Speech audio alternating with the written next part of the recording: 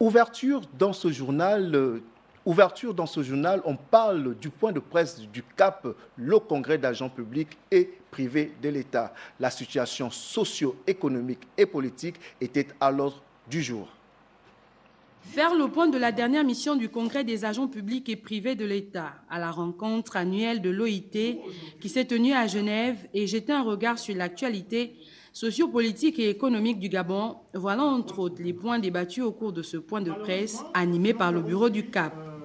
Sur la question relative à la situation sociopolitique du Gabon, Emmanuel Mvemba en appelle à la consultation citoyenne qui va permettre à toutes les couches de la société de s'entendre et dialoguer. La formation de plusieurs gouvernements dans le but de ramener la paix sociale, politique et la sérénité sans résultat probant.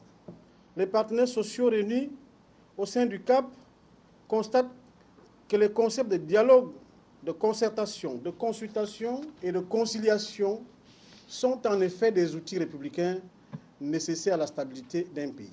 Nous choisissons ce jour le concept de consultation citoyenne, qui est à la fois un moyen de réaliser les progrès sociaux et économiques et un objectif en soi, puisqu'elle donne à la population et aux groupes organisés l'occasion de se faire entendre et d'exercer une influence positive sur la société et le gouvernement.